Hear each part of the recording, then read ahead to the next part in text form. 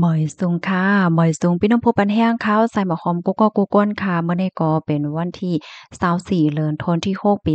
2025ค่ะต้องตักพี่น้องค่ะในตอนกลางในค่ะเนาะในตอนในค่ะได้ย้อนอ่อนเอาพี่น้องค่ะมาถ่อมด้วยลองตั้งดีอันเกิดขึ้นมื้อกลางคืนลึกดีป่นมาในค่ะเมื่อวันที่23เดือนธันวาคมที่6ปี2025ค่ะเนาะข้าวยามกลางคืนลึกๆค่ะทางฝ่ายอิหร่านค่ะเนาะเขาเนี่ยก็เลยออกมาลัดว่า เขานั่นไลยื้อหมากมีดไส้ใน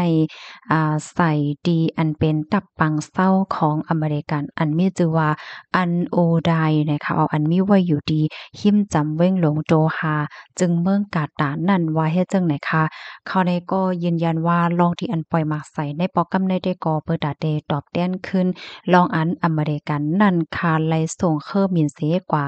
ปล่อยหมากปีทู่คานอก็ปล่อยใส่ดีโรงการโรงงาน นิวเคลียร์ของเขา3ตีเมื่อหลายวันตีป่นมานั่นว่าจังไหนค่ะเฮาก็ลองเฮ็ดสร้างอันใดได้ก็เปิดตาให้ฮู้ว่าอิหร่านนั่นยอมให้ภลัยก็อาลาลีมาเฮ็ดดีเขาไล่ว่าซังว่าเจิ้นนายเฮ็ดจังไหนค่ะเกี่ยวกับเรื่องลองในอันเป็นโพคานป่าของการพ่องลงฝ่ายนอกเมืองของกาตาร์ค่ะเนาะก็เลยออกมาลาดว่าลองเฮ็ดสร้างอิหร่านในโปรแกรมใดก็เหมือนเป็นการป้นแปนเหนินนาฟ้าเมืองไหลเมืองนั่นเฮ็ดจั่งใดคะนะก็ได้เลยว่าพิษเปิงพิษเปิงเมืองต่อเมืองว่าซั้นว่าจั่งใดเฮ็ดไหนนั่นค่ะอ้อ อ๋อค่ะก้วยกาวาตีกาตาในค่ะเขาได้ก็มีอันแห่เพตั้งกลางเขาเฮ็ดจั่งใดเหี่ยวก็ได้เลยว่าก้นในล็อตเพล็อตซักสายใจเฮ็ดให้ค่ะฝ่ายหนึ่งในอันเป็นเจ้าหน้าที่ภูมิพลพรเขาสังเขาเจ้าไหนก็เปิ้นก็เลยเงิงแวไว้หนังคึดด้านข้าวยามเฮ็ดจั่งใดค่ะนะเขายืนยันว่ามีคนบาดเจ็บและรู้สึกสายใจในปอกกำในค่ะข้อมูลในคาลิปีมาที่ห้องการข่าว BBC CNN ออกไว้เฮ็ดจั่งใดค่ะ เดี๋ยวก็มีข่าวงาคืบหน้าค่ะนะอะโลให้ข่าวนี่ไวเป๊ะใจค่ะ1ชั่วโมงว่า2ชั่วโมงว่าจังไหนมีข่าวคืบหน้าออกมาติ๊กๆค่ะนะเมื่อไกลป่นมาหลายมินิตในกุ้ยเนี่ยค่ะเนาะก็มีข่าวงาออกมาว่าตั้งฝ่ายจอมจึงทรัมป์ค่ะนะไล่เปิ้นข่าวว่าอิสราเอลและทางอิหร่านนั้นตกลงกึดตึกกันเหย้าเฮ็ดจังได๋ค่ะนะเงาลายเตสืบเป็นเฮือกว่าเนี่ยก็เฮาค่ะไปด้วยกว่าเที่ยงค่ะสั่งว่าเป็นลองกึดยื้อกันไหนแต่ก็แต่เรียกว่าเป็นลองที่ลีตอนตาลุกลมฟ้าเมืองกวนเฮาค่ะในว่าไหนเนาะพี่น้องเฮาค่ะ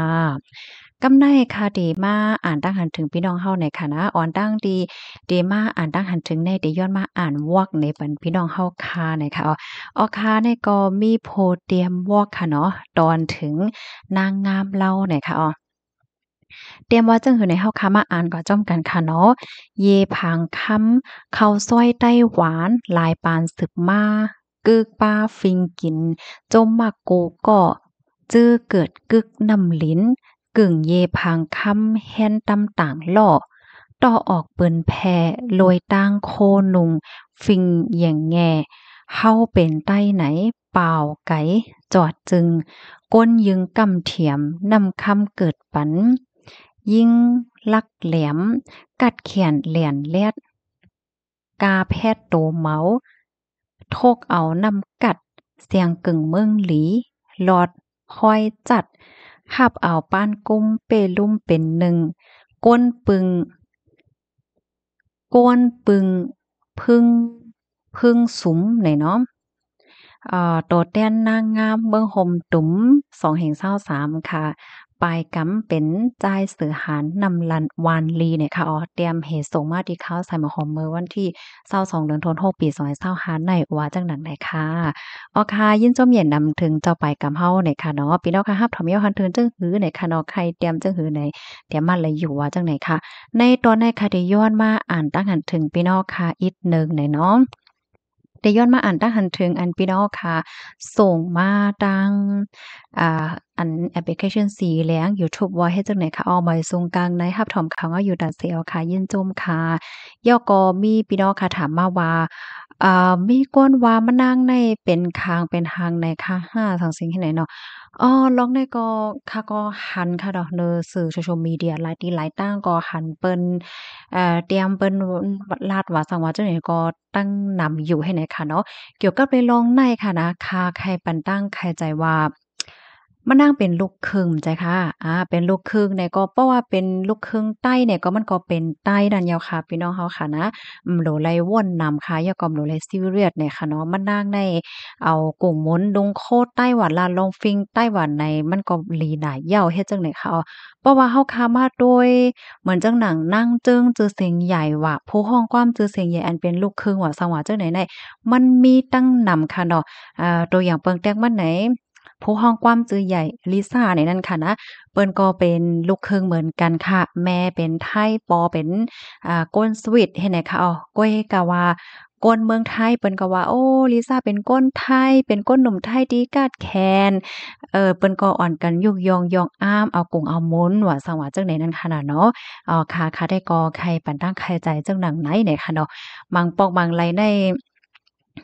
ลองหมั่งลองว่าซังว่าจั่งใดก็มันบ่โลซีเรียสแรงหน้าค่ะเนาะเถียงกันก็เถียงกันมาบ่ยาวก็เกี่ยวเลยลองภาษาความลัดว่าซังว่าจั่งใดก็เหมินกันค่ะนะอะโลยหมั่งปองหมั่งไหลได้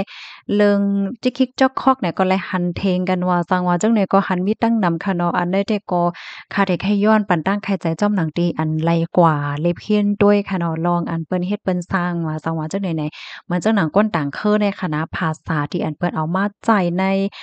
ภาษาของเปิ้นจังได๋แหน่มันจะว่าเป็นภาษาของเปิ้นโหปากเต็มเปิ้นเอาต่างที่ต่างตั้งมาเหมือนจังดังเอามาที่ภาษาสันสกฤต5ภาษาปาลี5ภาษาที่นั้น5ภาษาอังกฤษ5เนี่ยมันมาคนเข้าล้อเลขกันเฮ็ดให้เปิ้นใจใจกว่าเนี่ยเปิ้นก็ว่าเป็นภาษาที่อันใจในตรงวงเปิ้นนี่ก็เปิ้นใจกว่าเฮ็ดจังนั้นก้นแค่นะกูก็เปิ้นจะเรียกมาเถียงกันว่าโอ้อันนี้เอาที่นั้นมาอันนี้เป็นอันนั้นอันนี้เอาเป็นอันใดได้ลงติ๊กๆใน มาเมี่ยวๆแน่เพราะว่าเฮาคักกมว่ามันใจ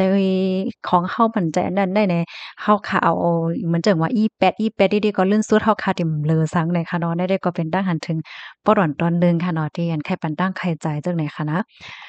มาเที่ยงค่ะปีเฮาค่ะเนาะเมืองใต้ปอดออกโค้งเมืองศาสตร์ก็ไหลโจกเหย้าโอ้โฮวันนั้นค่ะเนาะลองเก็บซึกเนี่ยก็มื้อเหลียวได้หลายตีหลายต่างให้แหน่ค่ะเนาะ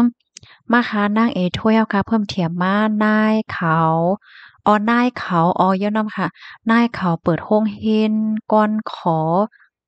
อ๋อก็บ่ายจ้องเมืองแขมเมืองมันไว้ปีใจฮ้าหลีเตเหยาค่ะนั่นเนาะค่ะเพราะว่าด้วยมันนางเนี่ยมันฮู้ไรกำเหลียวค่ะน่ะว่าก้นก็ได้ไลเฮียนไลอยู่ในตรงวงอันไลว่าซังว่าจังได๋นั่นค่ะน่ะเนาะนั่นก็เป็นรองตีหลีค่ะนะ เสร็จแล้วมันเลยตอนสอนจังหือไหนภายที่มีลูกล่างว่าสังว่าจังไหนคะเนาะการที่ส่งลูกล่างกว่าเรียนโรงเรียนดีอันนี้เนี่ยค่ะแลเนาะเฮาว่าเนาะมันได้เสียเงินนำอีกหนึ่งว่าในเซตาแต่เฮาวนว่ามันกึ่งค่ะนะการที่เฮาคานไลครบทบยาโรงเรียนดีหลีในครูสอนดีหลีตรงวงดีหลีในเลอเซวาไลลิกลายาก้อยมก้าค่ะเนาะป้ายว่นไอเดียลองเฮ็ดสร้างจังได๋มันไหลป้าเสียงโมดให้ไหนค่ะนะ ค่ะก็ย้อนปันแห้งใจพ่อแม่กูก็กูกวนค่ะนะมาเที่ยงค่ะเฮ็ดสังแลหม่อยอ๋อวันนั้นค่ะเปรี้ยวค่ะถ่อมแม่นจังนั้นค่ะทัดด้วยทัดด้วยหลายๆกำด้วยเด้อค่ะเนาะค่ะมาเที่ยงค่ะใส่หมอคอมรู้ว่าอันใดๆก็รู้เลยไปด้วยเงินลายเที่ยงขนาดแม่สงกรานต์วันค่ะถ่อมค่ะอยู่ตาเซค่ะ ยินจมูกก็ดีตรงตักบ้านแลปันตั้งหันถึงมาในคณะหมอยทรงกลางวันรับถอมเขาวก็อยู่ตาเสคาลีทอมนะไล่ใจถอมคณะลองตั้งอยู่ยามเอาค่ะยินจมค่ะเมื่อปี2013 2014เจ้านั้นก็นางหมวยค่ำนำค่ำก็ยามเลยสู้นางงามใจเย้าค่ะปีอันในข้าวใส่หมอหอมเลยอินเตอร์วิวเปิ้นก่อนค่ะนะนางหมวยค่ำแน่ก็เลยติดต่อกับสืบเลยต้องถามหลายปอกหลายกำอยู่ในคะเนาะเมื่อนั่งหมวยค่ำนั้นค่ะนะ อันนั่งเยค่ำเนี่ยค่ะก็ส่งข้อความจู้เปิ้นอยู่ค่ะก็กะว่าบ่เหลียวก็ไปหันเปิ้นด้วยข้อความค่ะหน่อยเนาะมันเป็นไรว่าค่าหันอันเป็นหยังก็อันเปิ้นใจส่วนตัวเปิ้นห้ามโฮเฮ็ดจั่งใดขนาดเนาะก็ไปไล่ตีกับไปไล่กับสืบมันนางเฮ็ดจั่งใดค่ะเนี่ยก็สนใจอยู่ค่ะเนาะก็แค่ต้องถามไปนางว่าสองว่าจั่งใดเฮ็ดแหน่นะยินจมพี่น้องค่ะกูก็ที่รับถอมปันแห้งค่ะบ่อยสูงค่ะทอมคายุตาเซเย็นหลีนจมกูก็ที่ประเด็นปันแห้งค่ะนะย้อนให้อยู่เลยกินวอในรอดเพกันค่ะบ่อยสูงค่ะ